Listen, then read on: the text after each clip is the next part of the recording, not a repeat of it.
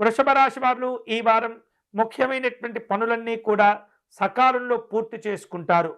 ఆప్తుల నుండి ఊహించినటువంటి విధంగా సహాయ సహకారాలు అందుతూ ఉంటాయి. మీకు రావలసినటువంటి మొండి బాకీలు కూడా ఈ వారం వసూలు చేసుకునే అవకాశాలు ఎక్కువ ఉన్నాయి. అలాగే దీర్ఘకాలికమైనటువంటి రుణాలను సైతం మీరు తీర్చే ప్రయత్నం చేయగలుగుతారు.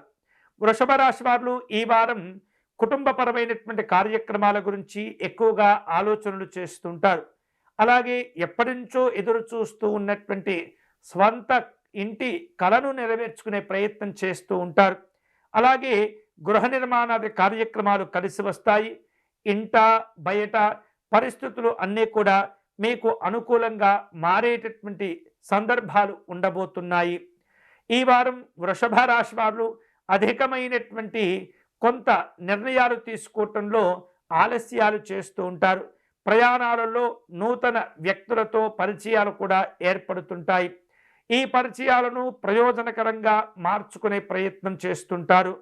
అధికారులతో పలు రకాల సమస్యల నుండి రాజీలు కుదుర్చుకునే ప్రయత్నం చేస్తుంటారు. రాజకీయపరమైనటువంటి సభలు సమావేశాలలో పాల్గొంటూ ఉంటారు. పలు రకాల ఆహ్వానాలు కూడా అందుతూ ఉంటాయి. కుటుంబపరమైనటువంటి కార్యక్రమాలు కలిసి వస్తాయి. స్నేహితులను బంధువులను కలుసుకుంటారు. ఆనందదాయకమైనటువంటి పరిస్థితులు అన్నీ కూడా విశేషంగా కలిసి వస్తూ ఉంటాయి. వారం ప్రారంభంలో చిన్ననాటి స్నేహితులను కలుసుకుంటారు. అలాగే పలు రకాల వివాదాల నుండి కూడా బయటపడతారు. ముఖ్యమైనటువంటి వినోదాలు ఉండబోతున్నాయి.